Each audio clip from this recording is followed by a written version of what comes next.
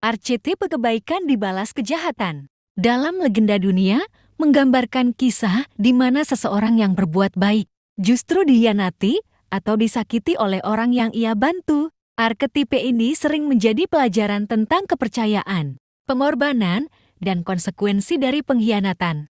Berikut beberapa contoh dari berbagai budaya. 1.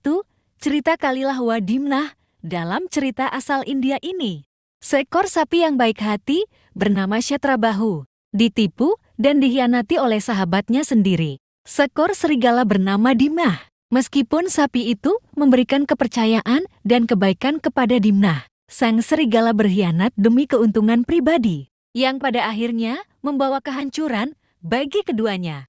2. Kisah Kalajengking dan Katak.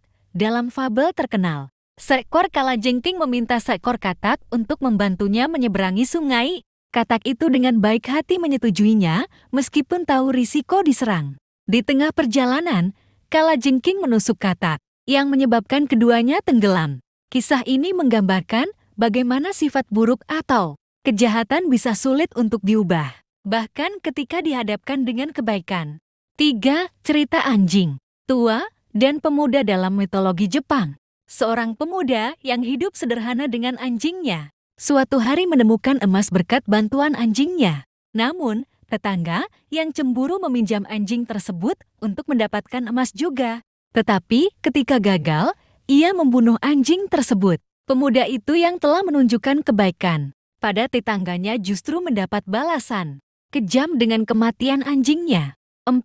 Legenda kuda Troya. Dalam mitologi Yunani, orang-orang Troya menerima kuda raksasa sebagai hadiah dari bangsa Yunani yang tampak mundur dari medan perang. Namun, di dalam kuda terdapat tentara Yunani yang kemudian keluar di malam hari dan menghancurkan kota.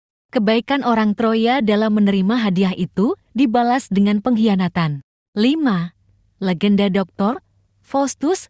Dalam cerita klasik Eropa, Dr. Faustus, seorang ilmuwan yang bersekutu dengan iblis untuk mencari pengetahuan dan kekuatan, berusaha membantu dan melakukan kebaikan untuk orang lain.